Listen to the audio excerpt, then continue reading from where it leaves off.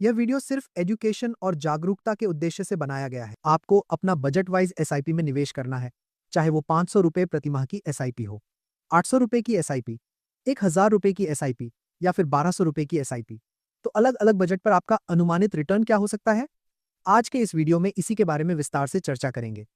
अभी अगर आप बैंक या पोस्ट ऑफिस में निवेश करने जाएंगे तो अधिकतम औसतन 6 से 8% तक ही मिलेगा। ऊपर से महंगाई यानी इन्फ्लेशन लगभग 6 से 7% है, यानी महंगाई दर लगभग सेविंग्स रेट के बराबर हो रही है। ऊपर से रिटर्न पर टैक्स भी है, तो फिर आपके पास बचेगा क्या?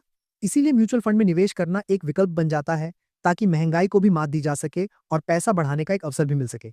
वैल्यू रिसर्च के अनुसार जिस स्कीम के बारे में आज हम लोग बात करने वाले हैं वह है SBI banking and financial services fund. ये किसी भी प्रकार की सिफारिश नहीं है, स्वयं रिसर्च कीजिए, उसके बाद ही निवेश कीजिए। कुछ महत्वपूर्ण विवरणों को सत्यापित करना बहुत जरूरी है, जैसे एयूएम यानी एसेट अंडर मैनेजमेंट। इस स्कीम में लगभग 10,000 करोड़ रुपए से अधिक का निवेश पहले से हो चुका है। एक्सपेंस रेशियो यानी प्रबंधन शुल्क जितना कम होगा उतना बेहतर। इस स्कीम में 0.72% है, जो उद्योग मानकों के अनुसार अन्य स्कीमों की तुलना में ठीक ठाक है। एग्जिट लोड यानी यदि आप निवेश के 30 दिन के भीतर बाहर निकलते हैं तो 0.50% का शुल्क देना पड़ेगा। इस स्कीम में यदि आप एसआईपी यानी मासिक निवेश करना चाहते हैं तो 500 रुपए प्रति माह से शुरुआत कर सकते हैं। यदि आप एक मुश्त निवेश करना चाहते हैं तो 5,000 रुपए से शुरू कर सकते हैं। यदि आप इस स्कीम में केवल 500 रुपए की एसआईपी करते हैं तो आपका पैसा एक या दो कंपनियों में नहीं बल्कि 36 से अधिक कंपनियों में विभाजित होगा, यानी अलग अलग सेक्टर में आपका निवेश होगा। शीर्ष 3 कंपनियों की बात करें तो HDFC bank, state bank of India और एक्सिस बैंक जैसी अच्छी बैंकिंग कंपनियों में आपका निवेश हो रहा है। अब बात करते हैं अनुमानित रिटर्न के बारे में।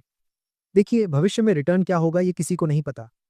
म्यूचुअल फंड में ऐतिहासिक रिटर्न 12% भी हो सकता है, 15% भी हो सकता है, बल्कि यदि बाजार अच्छा रहा तो 18% तक भी जा सकता है। अगर 18% ऐतिहासिक रिटर्न रहा और समय अवधि 10 साल की हो तो अलग अलग स्थिति में अनुमानित रिटर्न क्या हो सकता है, इसे समझ लेते हैं। यदि 500 रुपए मासिक एसआईपी 10 साल तक चलती है तो कुल निवेश लगभग 60,000 रुपए होगा और कुल फंड वैल्यू लगभग 1,54,000 रुपए तक जा सकती है।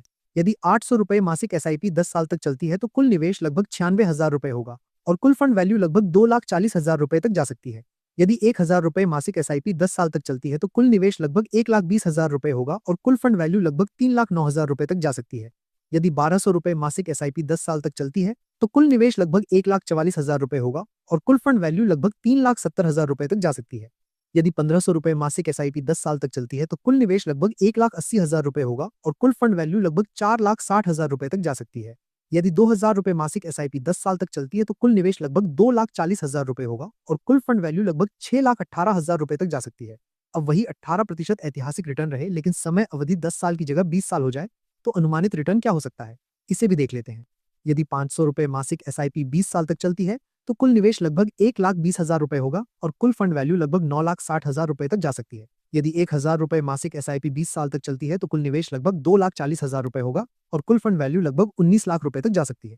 यदि 2,000 रुपए मासिक एसआईपी 20 साल तक चलती है तो कुल निवेश लगभग 4,80,000 रुपए होगा और कुल फंड वैल्यू लगभग 38 लाख रुपए तक जा सकती है। अब आप किसमें ज्यादा रुचि रखते हैं? क्या आप अल्पकाल के लिए निवेश करना पसंद करते हैं, जैसे 5 या 10 साल, जहां आप कम रिटर्न में समझौता करते हैं, या फिर थोड़ा लंबी अवधि के लिए लक्ष्य आधारित निवेश करते हैं ताकि अच्छा कंपाउंडिंग मिले और उच्च रिटर्न मिलने की संभावना बनी रहे? कमेंट में जरूर बताइए। यदि आपको इस स्कीम के अलावा अन्य लोकप्रिय और ट्रेंडिंग स्कीमों के बारे में जानना है तो इस वीडियो को भी देख सकते हैं। मिलते हैं उस वीडियो में। धन्यवाद। म्यूचुअल फंड बाजार जोखिमों के अधीन होते हैं। Please read all scheme related documents carefully before investing.